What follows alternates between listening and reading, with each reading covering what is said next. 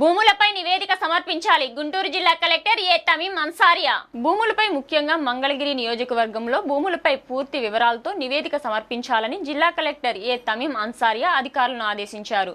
ప్రతిపాదిత ప్రాజెక్టులకు, కొత్త ప్రాజెక్టులకు అవకాశాలు ఉన్నాయని, అందుకు గాను ప్రభుత్వ, ప్రైవేట్ భూములు, దేవాలయ, వక్ఫ్ భూములు, ఆక్రమణలకు గురైన భూములు, అభ్యంతరాలు కలిగిన భూములు తదితర భూములపై నివేదిక అందజేయాలన్నారు. జిల్లా కలెక్టర్ కార్యాలయంలో శుక్రవారం సంబంధిత అధికారులతో కలెక్టర్ సమీక్షించారు. టిడ్కో నిర్మిస్తున్న గృహాలు, టిడ్కోకు ఇంకా అవసరం మేరకు కేటాయింపుకు, సిఆర్డీఏకు ప్రతిపాదిత రైల్వే లైన్ వంటి అంశాలను విశ్లేషించాలని సూచించారు. మంగళగిరి రహదారి భూముల వివరాలను కూడా పొందుపరచాలని ఆమె అన్నారు.